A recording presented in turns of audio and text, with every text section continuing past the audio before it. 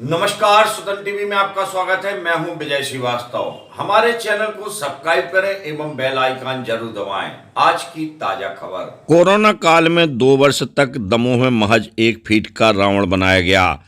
वहीं बीते वर्ष तेज बारिश ने रावण दहन के कार्यक्रम में खलल डाल दिया और रावण के पुतले को गला दिया, जिससे रावण दहन ठीक ढंग से नहीं हो पाया। लेकिन इस वर्ष रावण दहन की तैयारियां श्री राम जी सेवा समिति द्वारा लगातार की जा रही हैं और इस बार रावण गलेगा नहीं, जलेगा।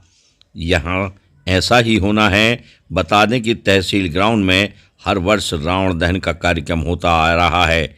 बीते 42-43 साल से यह क्रम अनवरत जारी है और श्री राम जी सेवा समिति द्वारा यह कार्यक्रम भव्यता के साथ मनाया जाता है।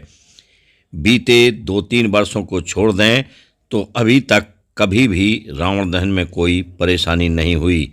इस वर्ष रावण दहन की तैयारियां अंतिम रूप में हैं और रावण का पुतला बनकर तैयार हो चुका है। दोपहर के बाद इसे खड़ा भी कर दिया जाएगा और रात्रि में भव्य रंगारंग कार्यक्रम के साथ रावण दहन भी संपन्न होगा। इस रावण दहन के लिए सभी तैयारियां पूर्ण हो गई हैं। श्री राम जी सेवा समिति द्वारा इसकी बृहद पैमाने पर तैयारियां कई दिनों पूर्व से की गई थी।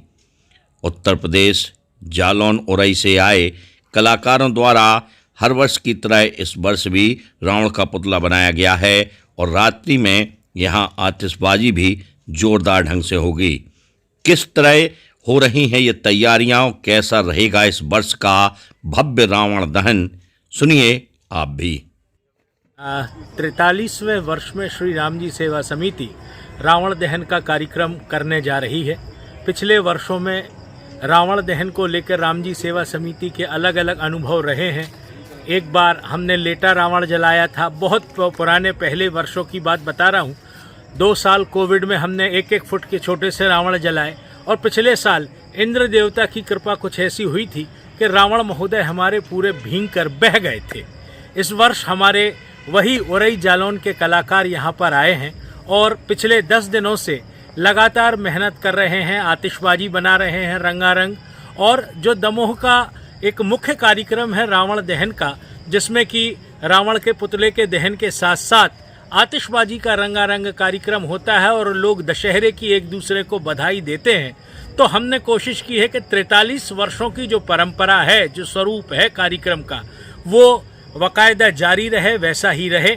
पवन पुत्र हनुमान हमारी समिति के अध्यक्ष हैं और उनकी प्रेरणा से हमारे सेवादार मिलकर इस कार्यक्रम को करते हैं। इस वर्ष कुछ हाईटेक चीज़ें आपको टीवी पर रामायण देखने मिलेगी, राम रावण युद्ध देखने मिलेगा, धमाके देखने मिलेंगे। उरई जालौन के कलाकार जो हमारे पास उत्तर प्रदेश से आते हैं, इनके आपको करतब जो ये आतिशबाजी में दिखाएंगे, सुंदर रावण बताएंगे। और इसके संग एक पुरानी टीम भी जो हमारी साथ में है, जो हम लोग कॉलेज के समय में नाटक के समय सेट बनाते थे। प्रशांत जड़िया जी हैं, लक्ष्मी शंकर सिंह मेंजर हैं, हमारे और साथी जो कलाकार लोग हैं, वो सब इस कार्यक्रम में अपनी मेहनत कर रहे हैं। कोशिश हमारी यही है कि दमोह का ये कार्यक्रम, हालांकि इस साल चुनाव आयोग के का आचार संहिता लगी है और बहुत सी बंदिशें हैं, लेकिन अपनी परंपरा जारी रहे। राजनीति है वो तो होती रहती हैं, चुनाव आएंगे जाएंगे, लेकिन हमारे दमोह के छोटे छोटे बच्चे दशहरे के जिस कार्यक्रम को आनंद होकर देखते हैं, उनके लिए ये आयोजन 23 तारीख को इस मैदान पर होगा। आप सब सादर आमंत्रित हैं। अभी कलेक्टर ने बोला है कि जो राम दल निकलेगा उसमें धनुष बाण की भी अनुमति लेनी पड़ेगी। जी, क्या करेंगे? देखिए, मैं मानता हूं कि इस समय जो स्थितियां हैं वो ना तो कोई राजनीतिक पार्टी के हाथ में है, ना प्रशासन के हाथ में है, क्योंकि इस समय आचार संहिता लगी हुई है। एक अधिवक्ता होने के नाते मैं ये मानता हूं कि इस समय भारत का निर्वाचन आयोग ही इस समय पूरी कमान अपने हाथ में संभाले हुए है और उनके आदेश का हमें पालन करना पड़ेगा।